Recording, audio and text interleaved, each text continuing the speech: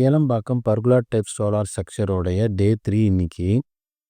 ஆக்சுவலாக ஃபைனல் டேவும் இன்னைக்கு தான். இன்னைக்கு எல்லா ஒர்க்கும் முடிச்சாச்சு. பெயிண்டிங்லேருந்து எல்லாமே முடிச்சுட்டு இங்கேருந்து ஒர்க் முடிச்சுட்டு கிளம்புறோம்.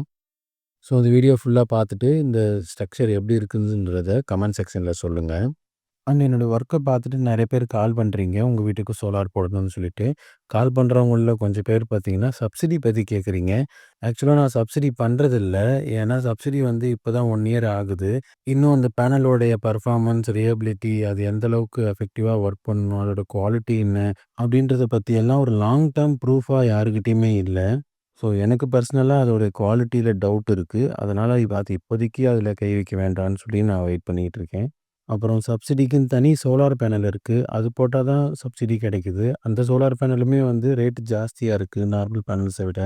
ஸோ இந்த மாதிரியான ஒரு சில விஷயத்தினால நான் அது இப்போதைக்கு ஹோல்ட் பண்ணி வச்சுருக்கேன். ஸோ சப்சிடி போடணும்னு நினைக்கிறவங்க எனக்கு தயவு செஞ்சு கால் பண்ண வேண்டாம். இந்த வீடியோ பார்க்குற உங்களில் யாராவது சப்சிடி போட்டிருக்கீங்க அப்படின்னா உங்களோட ரிவ்யூ என்னன்றதை என்னோட கமெண்ட் செக்ஷனில் சொல்லுங்கள். நானும் அதை தெரிஞ்சுக்கிறேன்.